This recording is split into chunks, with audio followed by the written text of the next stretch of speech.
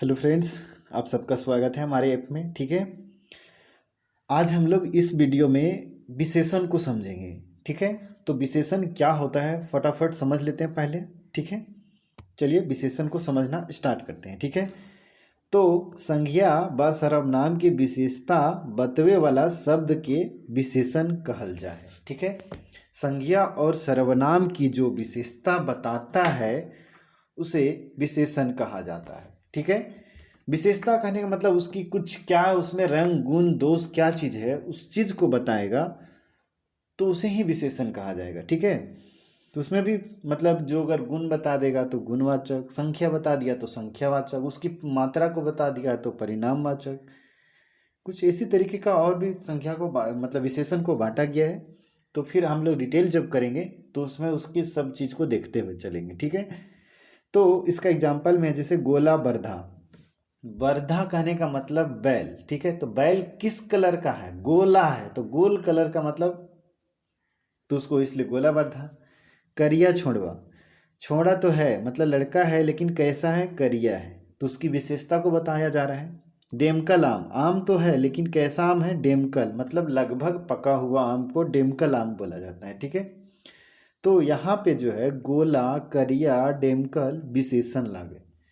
यहाँ पे जो है गोला, करिया, डेमकल ये सब जो वर्ड आया वो विशेषण यानी कि किसी चीज़ की विशेषता को बताया जा रहा है इसमें, इसलिए ये विशेषण कहलाएगा। ठीक है, अब देखिए आगे विशेषण के भेद। विशेषण के चार खांधे बांटल गेल है। विशेषण को चार प्रकार यानी चार भेद किया गया है। ठीक है, चार प्रकार से बांटा गया है। ठीक है, विशेषण को चार भागों में बांटा गया, ऐसा भी बोल सकते हैं। ठीक है, ये है गुणवाचक विशेषण, जिसको गुणवाचक विशेषण इस तरह हिंदी में लिखेंगे। संख्यावाचक विशेषण, परिणामवाचक, परिमाणवाचक विशेषण, परिमाणवाचक विशेषण और सर्वनामिक विशेषण, और एक सर्वनामिक विशेषण होता है।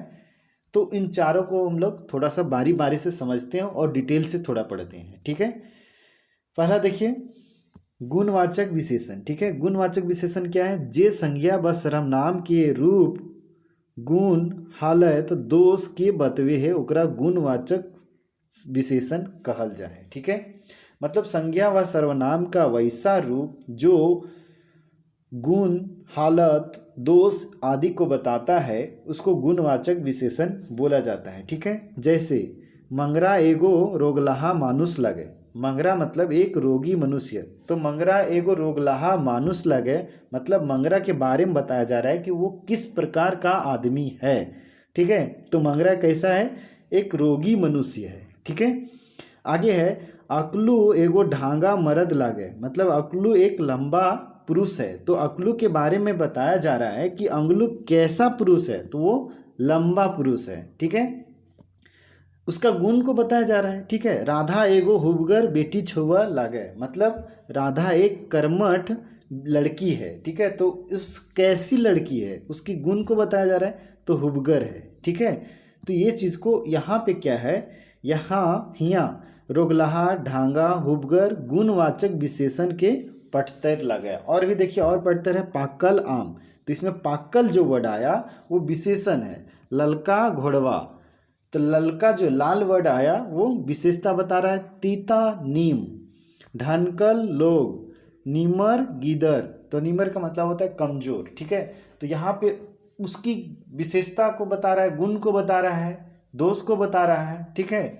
तो ये सब किसी सर्वनाम के या तो संज्ञा के गुण दोष को बता रहे हैं, तो इसलिए ये गुणवाचक विशेषण कहलाया। ठीक है, आगे चलते हैं हम लोग। अगला विशेषण का प्रकार में है संख्यावाचक विशेषण। ठीक है, तो संख्यावाचक शब्द विशेषण जो होता है उसको समझते हैं। जे शब्द संज्ञा व सर्वनाम के संख्या के बतवे है ओकरा संख्यावाचक विशेषण कहल जाए। ठीक है, तो जो शब्द संज्ञा या सर्वनाम की संख्या को बताता है कि वो संख्या कितनी है, कितने है मतलब वो, तो उसको मतलब क्या बोलेंगे? संख्यावाचक विशेषण बोलेंगे। ठीक है, तो संख्यावाचक विशेषण को दो भाग में बटा गया। ठीक है, एक गोडावल संख्यावाचक विशेषण जिसको निश्चित संख्यावाचक विशेषण भी कह सकते हैं, और एक है अनठेहरी संख्यावाचक विशेषण जिसको अनिश्चित संख्यावाचक विशेषण कहेंगे। ठीक है, इन दोनों को हम लोग थोड़ा सा बारी बारी से समझते हैं दोनों तरफ से, ठीक है।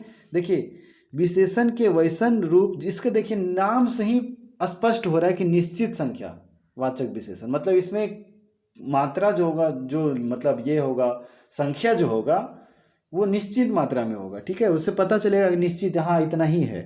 तो देखिए विशेषण के वैसन रूप जेकर से कोन्हो चीज व वस्तु के निश्चित संख्या के भाव फरिच हुए है, मतलब विशेषण का वैसा रूप जिससे कोई भी निश्चित चीज, निश्चित संख्या मतलब उसकी मतलब कितनी संख्या है उसका भाव फरिच होता है, ठीक है।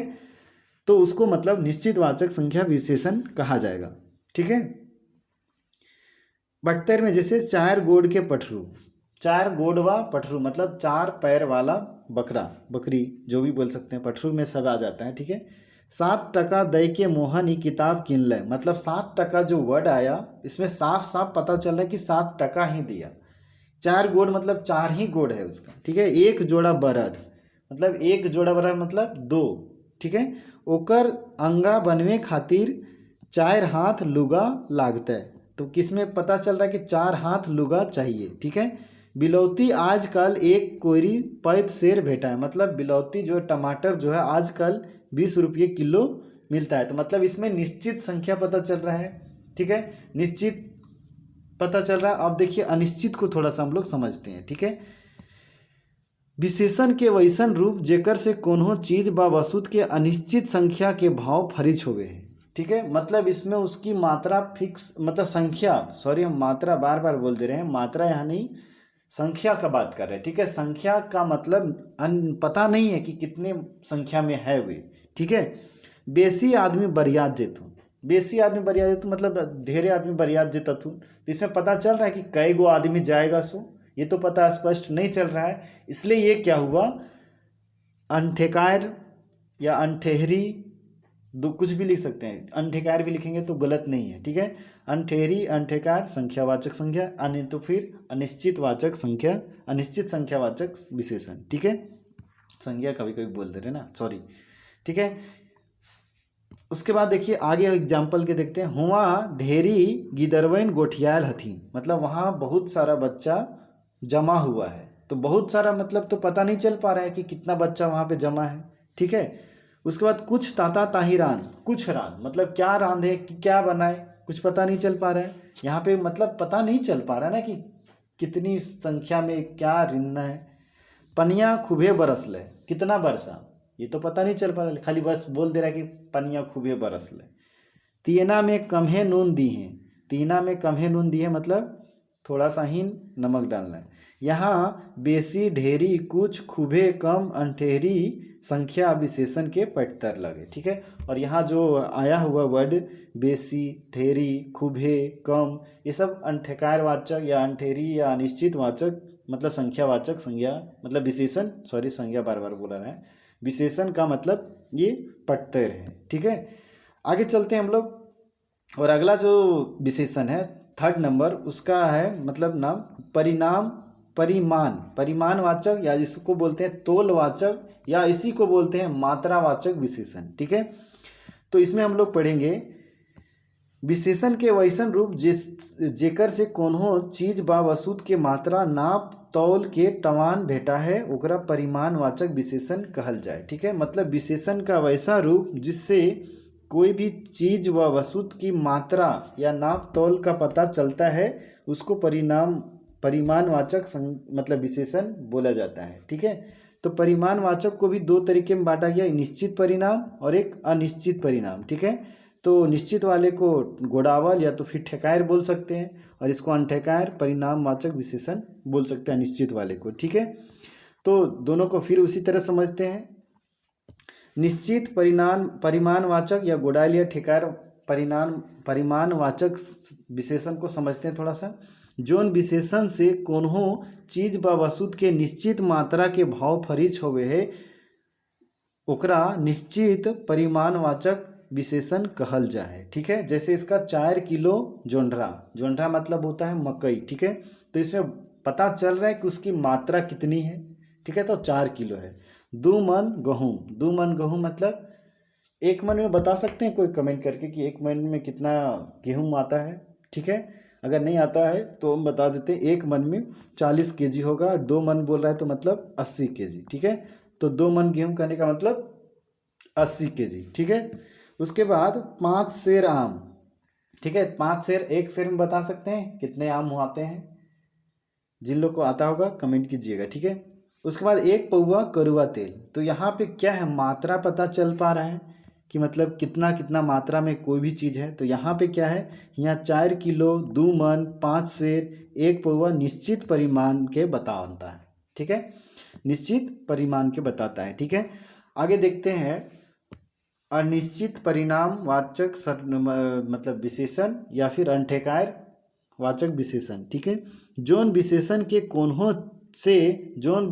से कोन्हो चीज वस्तु के अनिश्चित मात्रा के भाव फरिच होवे है, ओकरा अनिश्चित परिमाण वाचक विशेषण कहल जाए। पट्टर, 1 कटी नीमक, 1 कटी नीमक दे, कितना दे, 1 कटी दे, कुछ मात्रा पता चल रहा है, 10 ग्राम, 20 ग्राम, 100 ग्राम, कितना दे। तनी सुन हल्दी, तनी सुन हल्दी, तो पता मात्रा तो नहीं चल रहा है। जरी सुन माड़, इसमें भी पता नहीं चल पा रहा है कि थोड़ा सा खाली मांग रहा है, लेकिन थोड़ा सा में कितना मांग रहा है पता नहीं। कटी सुन गोलकी, यहाँ मात्रा नहीं पता चल पा रहा है, बस खाली एक इशारा के तौर पर बोला थोड़ा सा। जरी सुन, तो कटी सुन, तो यहाँ पे क्या हो रहा है, यहाँ 1 कटी, तनी सुन, जरी सुन, कटी सुन अनिश्चित परिमाण के बतावा है, ठीक है। तो इस तरीके से ये सब जो वर्ड आता है, ये मतलब किसको बता रहा है, अनिश्चित परिमाण वाचक विशेषण को बता रहा है, ठीक है। और जो चौथा है, लास्ट है, ठीक है, ये सर्वनामिक विशेषण, ठीक है। जे शब्द से ई क्या होता है उसको थोड़ा भी समझ लेते हैं ना। जे शब्द से सर्वनाम के विशेषता के भाव फरिच होवे है, ओकरा सर्वनामिक विशेषण कहल जाए। मतलब जो शब्द से सर्वनाम के विशेषता का भाव पता चलता है, मतलब सर्वनाम की विशेषता को पता चलता है, उसको मतलब सर्वनामिक विशेषण कहा जाता है, ठीक है। तो सर्वनामिक विशेषण भी 2 प्रकार का है, मौलिक सर्वनामिक विशेषण और एक यौगिक सर्वनामिक विशेषण। इन लोग को भी समझते हैं थोड़ा सा कि ये दोनों क्या है, ठीक है।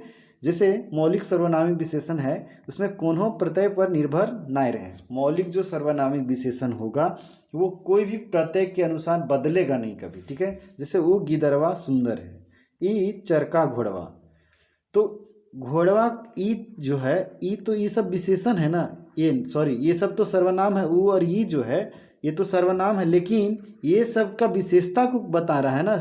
जैसे ईऊ गिदरवा सुंदर है, तो सुंदर उसकी विशेषता को बता रहा है।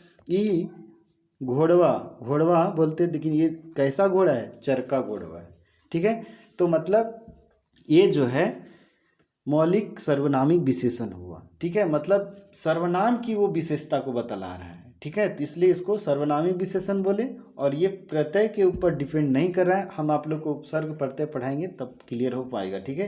कि उपसर्ग प्रत्यय अगर जिन लोग को आता होगा तो फिर क्लियर हो ही रहा होगा अभी, ठीक है। तो चलिए फिर आगे देखते हैं यौगिक सर्वनामिक विशेषण। इसमें कोन्हो प्रत्यय पर निर्भर ना रहे है, ठीक है। ये भी कोन्हो प्रत्यय पर निर्भर नहीं रहता। जैसे ऐसन, ऐ जोड़ सन, ऐसन सुंदर फूल, वैसन वैसन बेस फल, मतलब किसी से इसमें तुलना करके बताया जा रहा है उसमें, ठीक है।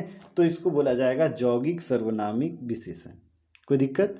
चलिए आशा करते हैं यहाँ तक आप लोगों को समझ में आ रहा होगा, ठीक है। और अगर नहीं आ रहा होगा तो इसमें चैट बॉक्स खुला है, वहाँ पे कमेंट कीजिएगा।